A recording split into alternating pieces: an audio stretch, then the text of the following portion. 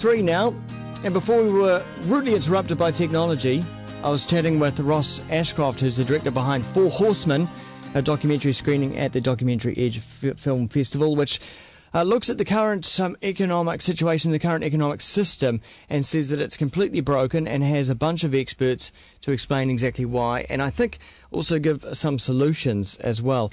Ross with us this morning. Hello, Ross. Hello, Glenn. And we were talking about the fact that these are such big issues, and a lot of people feel that they're too daunting and too complicated to get their heads around. Is that the case? No, it's not. Look, the old adage is, if you play tennis with somebody or you play sport with somebody who's slightly better than you, you play better tennis. And basically, if you put issues out there that people aren't debating at the moment, but they're thinking about, I think that collectively we're all sharp enough to be able to understand those issues and be able to start addressing them. And that's basically what we need to do now.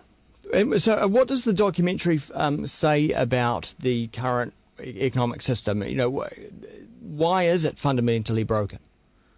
Well, firstly, the documentary is not about conspiracy theory, but what's happened over millennia, well, over generations, let's say, is that the economic system that we have at the moment has been manipulated and corrupted by a group of people, and it's been manipulated to their interest or to their benefit, if you like.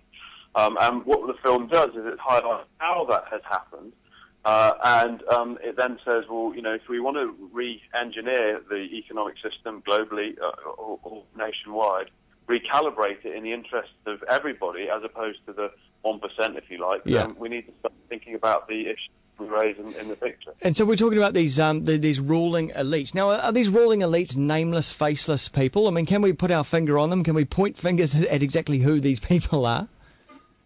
Well, it's really difficult because what we've got are systems and structures that birth, let's say, this systemic behaviour that we see. So we have structurally determined outcomes.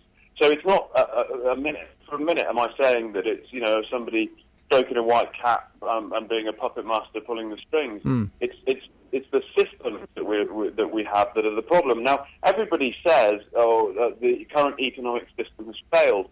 Well, that's wrong. The current economic system has worked perfectly according to the rules that it's been founded upon. My issue is, and the team behind the documentary is, if we want to change the current financial system, what we have to do is change the economic rules that it runs on. Because it's stupid now saying, it's capitalism or it's socialism or all these isms and words. It's actually neoclassical economics, and that is the real problem.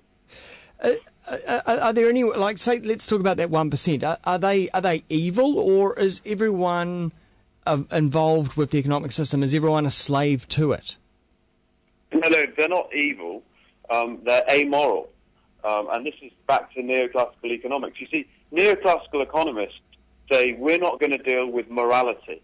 We're going to let the free market, incidentally isn't free, but we're going to let the free market deliver all the outcomes that we need. But think of that. They say we're not going to deal with morality. They're making the biggest moral statement ever, which is basically amorality can rule.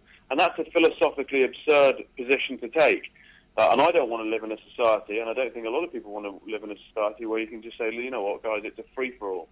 So we have to start with the economists and the policy makers and say, what kind of society do we want to live in?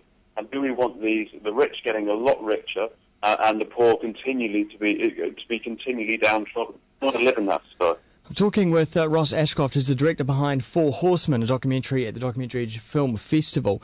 Ross, I mean, if these ideas about what the problems are, so simple to understand, why don't the mainstream media or media in general, why aren't they talking about this stuff?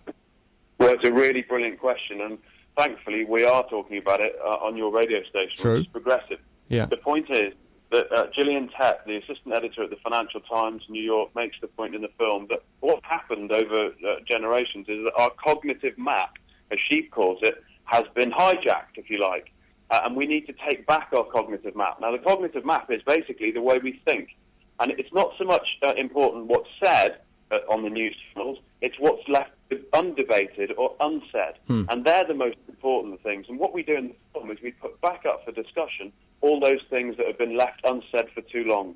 The mainstream media are often all owned by corporate interests, and corporate interests peddle what they want you to hear and see. So it's important for independent filmmakers to put back on the agenda what we think is important and what we think the public should see. It's funny though, because if you walk into one of those, those big corporate newsrooms, for example, let's say it's Fox. You talk to journalists there, and they don't say, "Oh, look, we're told what to do by the powers that be." They're not given that kind of direction. Oh, you mustn't talk about the problem with the economic situation, do they? Well, if you look at how News International, if you look at the scandal that's going on in the UK at the moment, and we watched Rupert Murdoch on the stand. If we're taking Fox as an example, we watched Rupert Murdoch on the stand at the Leveson inquiry recently.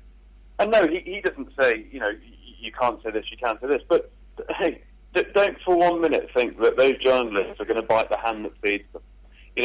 Upton Sinclair makes an excellent quote, which we put in right at the front of the Four Horsemen Survival Manual, the book that co-authored with Mark Braun, which goes into further detail about the issues in the film. Yeah. And Upton Sinclair says, a man's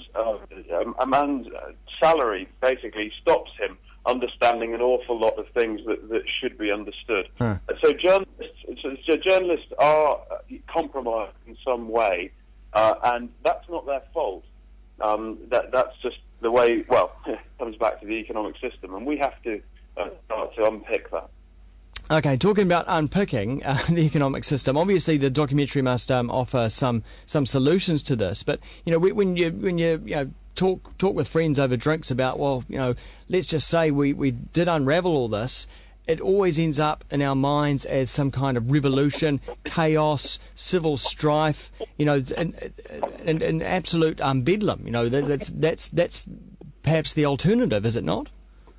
No, absolutely not. You see, what we say in the film is that revolutions are philosophical, and bloodless revolutions are the way forward. And actually, to modify that, it's evolution. We've been teaching junk economics for the best part of a century, and what we need to start doing is stop teaching junk economics. Last Friday night, we were at the Oxford University Union debating the film with a load of economists, and something really interesting happened. The head of economics there said, "I've been teaching the wrong stuff for 25 years." That's a huge admission, and it's incredibly brave for somebody to come out and say that when they've pushed a lot of their life's work towards this idea of neoclassical economics. So we are making progress. So what needs to happen is evolution. We need to start teaching decent economics. We need to start disregarding every last bit of this neoclassical economic paradigm.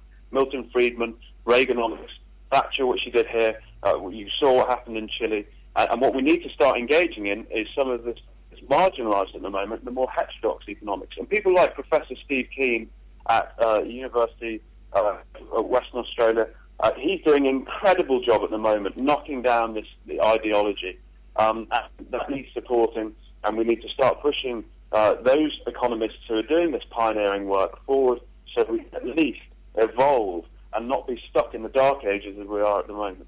Is it possible for us to imagine what the future may look like under a different system, or has that system not even been worked out yet, so that we couldn't even imagine what it would be like? Well, it has been worked out, and as soon as we grasp the nettle, and I have to say that I don't think that we've the political will in the UK, and I'm not sure about New Zealand, but I just don't think that we have the political leadership at the moment to be able to do it. And it's going to take, unfortunately, in my view, another crisis, probably on the same size as we've had, if not bigger, to be able to show that we can't actually carry on like this. So political will is everything. But listen, the political will only comes when the public get behind the policies that we're talking about and what these heterodox economists are talking about. So the vision is there. The technical expertise is there. Now what we need is for people to self-educate, and that's what we really ask for in the film. We say to people that the only way predatory capitalists are going to be stopped is that if we actually put pressure on the politicians, any elected official in each country, globally, in concert, to be able to say to them, no more. A very simple thing, Glenn, take this. banks create money out of nothing and lend it at interest. I mean, if you say that to people, it's so simple, the mind is repelled. And if you go to your elected official and you say, you know what, I've had enough of private banks owning and being incentivized to swell the money supply because it leads to inflation, etc., then suddenly that politician has to go back to his party and say, you know what, these people get it. And as soon as people get it, these politicians and these bankers will have to stop these predatory practices. All right, well, the documentary is bound to be a fascinating watch. It is screening tonight at Event Cinemas in Newmarket at 8:45 in Auckland, and then Sunday the 6th of May and Thursday the 10th of May. All the details up at docnz.org.nz. It will also be heading to Wellington as well. Ross Ashcroft, we really do appreciate your time, and thanks very much for making such an important documentary as well. No, look, thanks for having me, and keep up the good work. Cheers. Here's Kimbra